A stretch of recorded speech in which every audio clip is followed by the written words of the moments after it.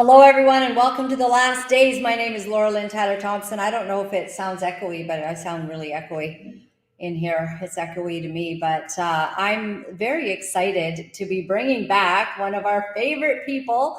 That is Dr. Kevin Stillwagon, and I had the opportunity to travel with him, and his presentations were met with standing applause.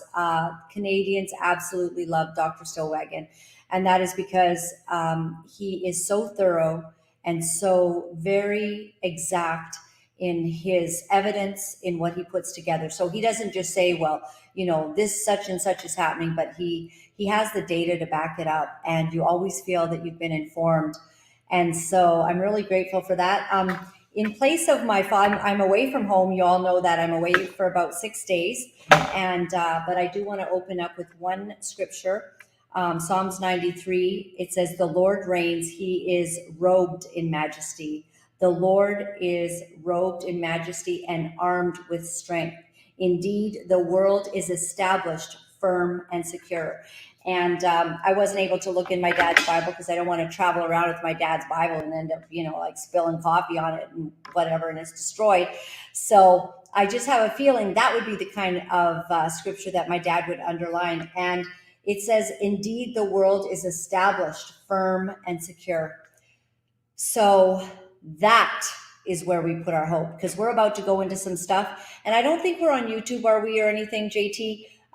So we're going to be free to talk right off the bat pretty fast, because the stuff that we're talking about is what they're not mentioning on mainstream media. Things are beginning to come out, but we're not hearing the whole story. We are on YouTube. That's problematic. We are on YouTube? Okay. So, let's just say, okay, well, let's just say hello to Dr. Stillwagon, have some chit chat, ask everyone to go over to Rumble, and then get to talking. So bring on one of my favorite doctors. Hello. How are you, Hey, Dr. how you Stillwagon? doing? Doing great. Yeah, YouTube, they don't like me. I know. We don't want to stay on here very long. Too much truth. Exactly. Yeah. Well, we'll just let everybody know that we're about to have an epic conversation and ask the YouTubers to head over to rumble.com and you can search my name, Laura-Lynn Thompson, or JT has put the link in the description of the YouTube you're watching right now. So you'll be able to go down there, click on it. But before we go, yeah, it's in the chat. What's happening with you, Dr. Stillwagon? Because you're doing presentations and podcasts, and you're going to be doing an online thing that maybe we should let everyone know about. Yeah, so my whole thing is educating people on the immune system, because the pharmaceutical industry uses a weapon called fear. It's unsubstantiated, propagated fear, and in order for the general public to overcome that fear, they have to have knowledge on how the immune system actually works and can prevent them from becoming infected by anything, even man-made bioweapons. So this whole idea of fear needs to dissolve in people's minds, and that's my mission. That's what I try to do, is educate people. So I've got a course on immunity coming up in February, starting on the first weekend in February. It'll be live starting at 7 p.m. Eastern time, but you don't have to watch it live. It'll be taped, and you can actually download all of the slides with the information and watch it later. And believe me, you'll need to do that, because it is absolutely loaded with information. Almost every word that I say, every sentence that I say has meaning in this course. So it's going to be there for anyone who's interested in pursuing that. We'll put that in the description as well. And I know that you mean what you say, because I appreciate your thoroughness. It's one thing to say, oh, natural immunity, that's really the best, and how great that is. But to actually have the stuff to back it up, that is not very easy, and not everyone's able to present it. And it's what I appreciate about you. And see, here's the thing. I mean, you can see all of these slides that show that, this is happening, the levels of myocarditis are happening, and the levels of miscarriages are going up and the birth rates are going down. That's all fine to see all of that information. But what I like to do is give people a rationale for why those things are happening. What is going on in the human body? What is the physiology behind that? Why are these things happening? And when you Yeah. start to understand those things, then you can talk to other people about it and the word gets around and people finally start to wake up and think about what we're really doing here. Right. Now, before we leave YouTube, I'm just going to check with JT, but I think it'd be safe because you're a pilot, a former pilot with Delta Right. Yep. Airlines, and we've got a lot going on. And in fact, recently they've made some decisions about sort of extend, basically saying you could be a little bit unhealthier to fly with us. Now, that's my interpretation, but we have a Right. video, and maybe we Yeah. could show the video and get your feedback. Of course. Yeah. Okay, let's try that. Here's something pretty amazing that happened without much notice at all, without any explanation publicly. The FAA just made a major change in the health requirements for pilots with heart damage. The FAA has significantly broadened the acceptable EKG range for commercial pilots. Steve Kirsch reported this on his Substack. Now, the change now allows people with injured hearts, cardiac injury, to fly. Now, the FAA made this change last October, just after the vaccines were rolled out and made mandatory. Why? Well, we reached out to the FAA today for an explanation. They claim they, quote, follow standard processes based on data and science, whatever that means.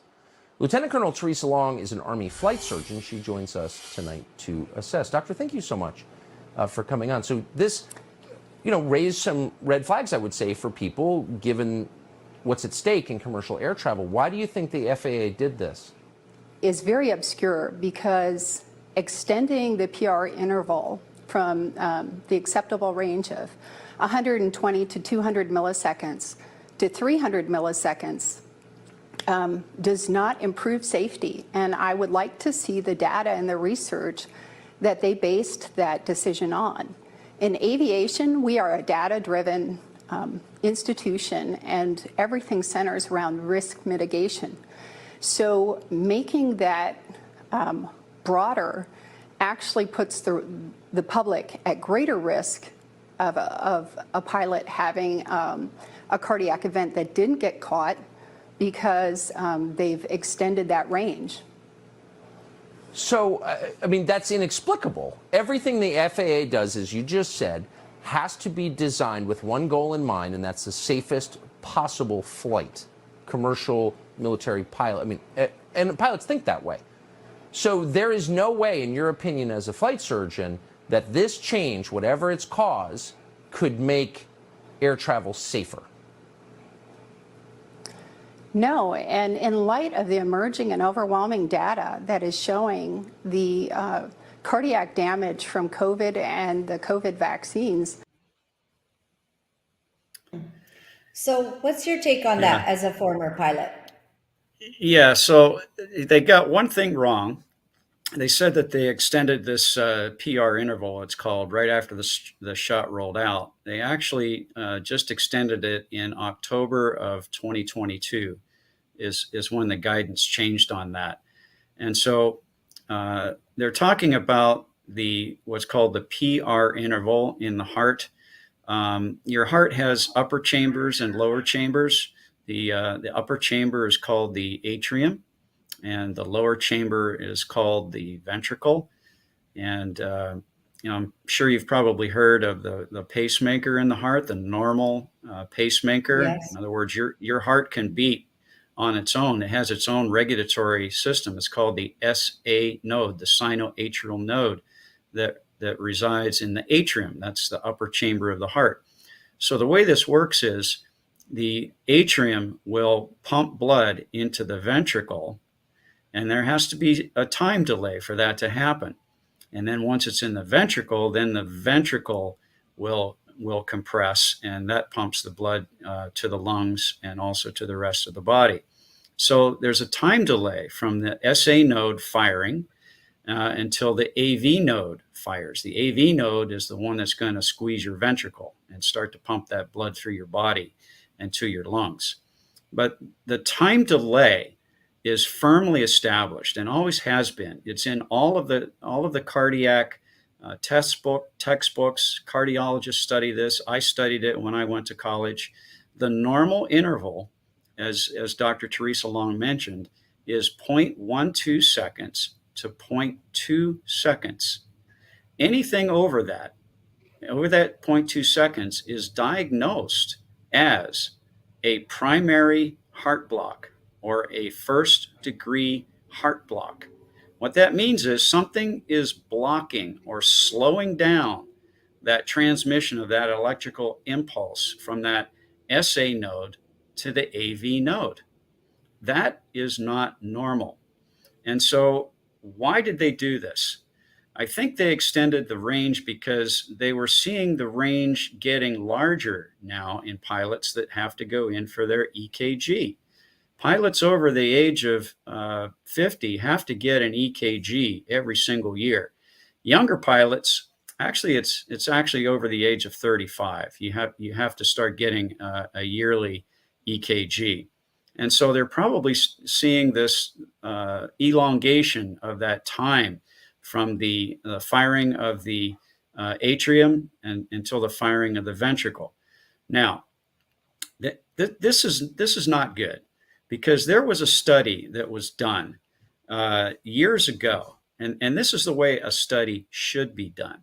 Okay, this took 33 years to do this study. What they did was they tested people that had that elongation of that signal that we're talking about. In other words, theirs was longer than the 0.2 seconds. And so they checked 7,575 people that had this delayed signal. In other words, it was longer than 0.2 seconds. 54% of them were female, and the average age of these people was 47 years old. And they started in the year 1968 through 1974. They identified 7,575 people, and then they tracked them out until the year 2007. And then they published the results. And the results showed that if you had this elongation of that signal delay, more than 0.2 seconds, if you had that, you have a 2 times higher risk of developing an atrial fibrillation, which can be deadly, a 3 times higher risk of actually needing a pacemaker later in life, and a 1.5 times higher risk of dying from anything, from an all-cause mortality. That's what they found. And so for the FAA to allow this delay signal extended from 0.2 seconds to 0.3 seconds puts it clearly in the range of all of these bad things that can happen, including an atrial fibrillation. This is not good. This is not helping aviation safety in any way, shape, or form. Now, that's the FAA that did this.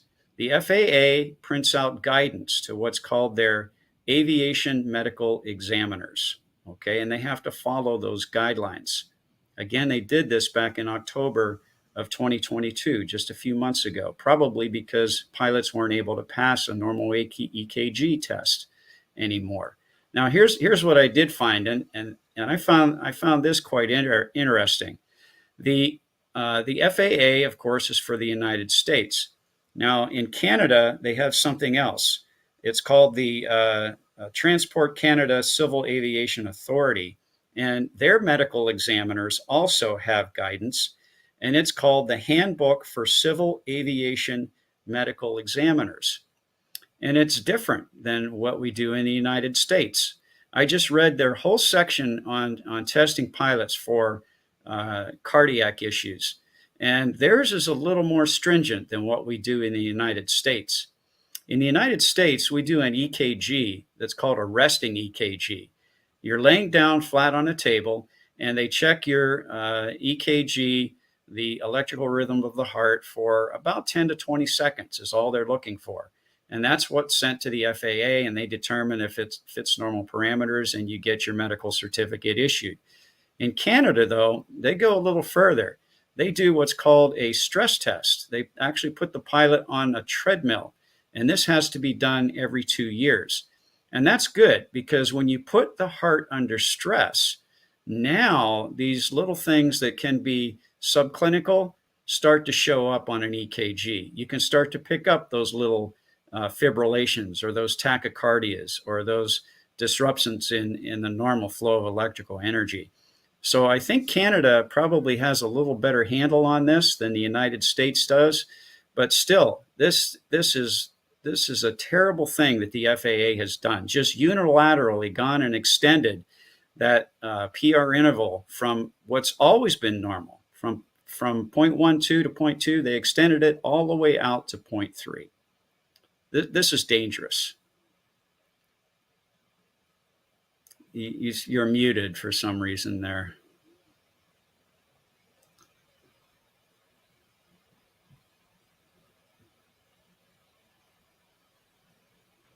Still muted.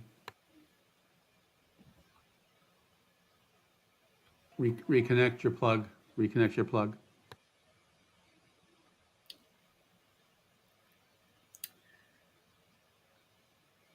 So I'll just talk a little bit more about the myocarditis issue in pilots. The reason it's so dangerous is because it's subclinical. In other words, it can have absolutely no symptoms at all. And so, a pilot can be flying along and get what's called an epinephrine rush, or an adrenaline rush, that's going to call for an increase of the heartbeat. And Right. if they've got this underlying myocarditis issue, this could cause a deadly fibrillation in the heart, where the heart just basically flutters and it's not pumping the blood normally. And that's where you're getting these incidences of sudden adult death syndrome. And I believe that's what everybody saw happen to the football player, the Buffalo Bills player, a few weeks ago, where Yes. he stood up and just passed out and fell flat on his back right onto the ground. And that was a classic myocardial incident. Right. And before we let go of YouTube, this recent plane crash, what is your take on that? I saw, did you see it? Was it in Nepal, I think? And the guy filmed the last minutes, basically, of his life, and then the plane crashes. Somebody filmed it from the sky, and it kind of just it was going along straight, and then it just did a nosedive. Quite Right. literally.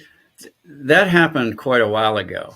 And the only explanation I have for that is a pilot suicide, that the pilot purposely put the aircraft into a nosedive. Wow.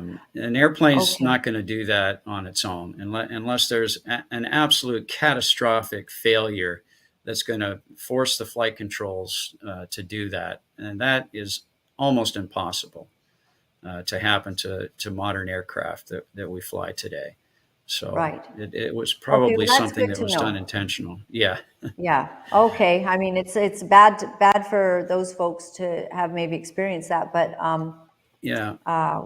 yeah, terrible. That's just a So- guess. That's my guess on what Yeah. happened there. But Right, because planes, and I know you Yeah. felt safe in them, and yet it's such an unusual thing that we're way up there. Well, I always felt safe flying as a passenger, but not so much anymore, with as many pilots have undergone this coerced procedure of having this injected into their bodies, which Right. we now know And we'll let go creates. of YouTube now. Just say goodbye to them, and we'll head over so we can Okay. talk about it. Yep.